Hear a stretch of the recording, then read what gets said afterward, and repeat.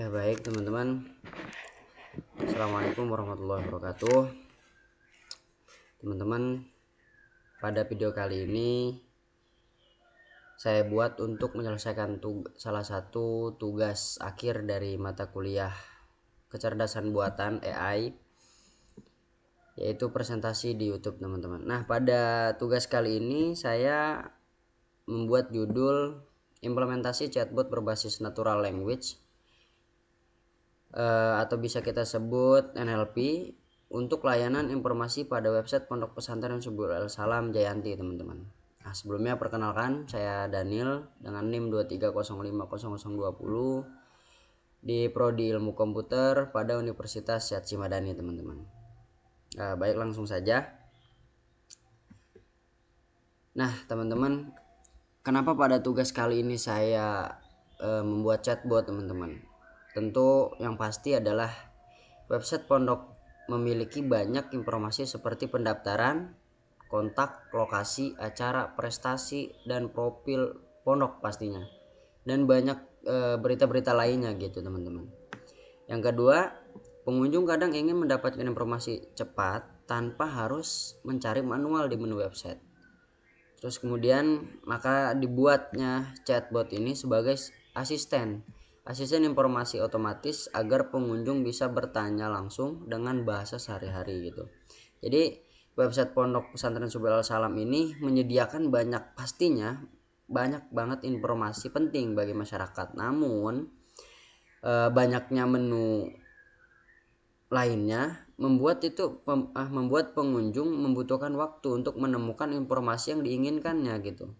Oleh karena itu, dikembangkannya chatbot berbasis NLP ini itu sebagai media layanan informasi yang dapat memberikan jawaban secara cepat dan bisa dibilang otomatis lah gitu teman-teman. Nggak perlu harus geser sana geser sini, nggak perlu harus buka halaman ini buka halaman itu gitu teman-teman, kurang lebih seperti itu. Nah, pada tujuan chatbot ini dibuat, yang pertama yang pastinya itu untuk membantu pengunjung mendapatkan informasi pondok secara cepat seperti yang saya sebutkan di halaman sebelumnya.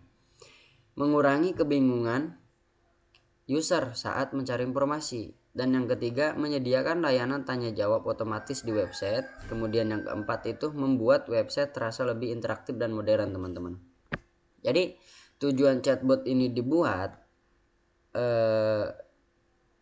itu untuk meningkatkan kualitas layanan informasi pada website pondok teman-teman.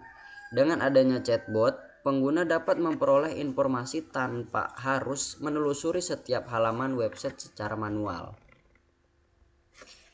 Kemudian pada slide selanjutnya, di sini ada konsep NLP teman-teman. Nah, di konsep NLP ini ada 3 poin. Yang pertama, NLP ini tidak menggunakan AI generatif seperti ChatGPT atau Gemini. Kemudian menggunakan pendekatan rule, keyword, pattern, dan intent scoring teman-teman. Kemudian yang ketiga, melakukan processing sebelum menentukan maksud pertanyaan teman-teman. Nah, jadi sederhananya gini. Pada konsep NLP ini, sistem ini menggunakan teknik natural language processing ataupun NLP sederhana teman-teman. Pertanyaan pengguna terlebih dahulu itu dinormalisasi, kemudian diproses untuk menemukan kata-kata penting yang akan dicocokkan dengan intent yang telah ditentukan secara sehingga si chatbot ini dapat memberikan jawaban yang sesuai teman-teman. Jadi diproses dulu pertanyaan-pertanyaan itu terlebih dahulu dinormalisasi dulu gitu teman-teman. Kemudian pada slide selanjutnya, nah di sini adalah arsitektur sistem chatbot teman-teman. Mungkin gampangnya gini teman-teman. Pada arsitektur sistem chatbot ini menjelaskan bagaimana proses komunikasi antara pengguna, website, Laravel, service NLP, dan database berjalan teman-teman. Nah, bisa kita lihat pada kotak paling atas ataupun pada mulai. Di situ proses itu dimulai ketika pengguna yang pastinya itu mengunjungi atau membuka website, teman-teman. Nah, setelah itu pengguna membuka widget chatbot pada website tersebut, kemudian mengetikkan pertanyaan sesuai informasi yang dibutuhkan. Nah, pertanyaan tersebut dikirim ke sistem Laravel melalui controller untuk diproses lebih lanjut, teman-teman. Nah, setelah pertanyaan diterima, sistem meneruskan input tersebut ke bagian NLP. Nah, pada bagian ini pertanyaan pengguna akan dianalisis untuk menentukan maksud atau intent. Gitu tuh. Misalnya, apakah pengguna bertanya tentang pendaftaran, bertanya tentang kontak, lokasi, acara, prestasi, atau profil pondok gitu, teman-teman. Nah, jika intent yang ditemukan membutuhkan data tambahan, maka sistem akan mengambil data lebih dari database. Mengambil data dari database gitu maksudnya, teman-teman. Nah, seperti data acara terbaru ataupun prestasi terbaru, prestasi terkini, prestasi ya minggu lalu gitu, kurang lebih seperti itu, teman-teman. Nah, setelah data dan intent berhasil diproses, sistem akan membuat respon yang sesuai. Respon tersebut kemudian dikirim kembali dalam bentuk JSON atau JSON ke front end, teman-teman. Lalu ditampilkan kepada pengguna melalui widget chatbot tersebut. Nah, dengan arsitektur ini, chatbot dapat memberikan jawaban secara otomatis, cepat, dan tepat terhubung dan dengan data dinamis yang ada pada website pondok pesantren, teman-teman. Gitu kurang lebih. Kita lanjut. Nah, di sini tahapan proses NLP-nya, teman-teman. Pada tahap ini, jadi yang pasti chatbot ini melakukan beberapa proses yang memahami maksud dari pertanyaan yang diberikan oleh pengguna, teman-teman. Nah, proses pertama adalah input pastinya, teman-teman. Input yaitu ketika pengguna mengetikkan pertanyaan pada widget chatbot di website. Pertanyaan tersebut kemudian diproses melalui beberapa tahapan NLP. Agar apa? Agar sistem dapat memberikan jawaban yang sesuai, teman-teman. Ini sebenarnya hampir sama seperti arsitektur yang tadi, cuma ini lebih fokusnya ke proses mencari jawaban buat si user ini, teman-teman. Jadi proses NLP-nya. Nah, tahap pertama yang dilakukan di proses NLP ini adalah scaffolding, teman-teman. Scaffolding ini yaitu mengubah seluruh huruf menjadi huruf kecil agar proses pencocokan menjadi lebih konsisten. Nah, selanjutnya dilakukan cleaning, yaitu menghapus tanda baca, karakter khusus, atau simbol yang tidak diperlukan. Setelah itu, dilakukan normalisasi kata, misal kata WA itu diubah menjadi WhatsApp, teman-teman. Itu contoh. Atau kan ada acara 17-an gitu ya. Nah, itu pakai angka gitu tuh, kayak 17-an itu diganti menjadi Agustusan gitu tuh.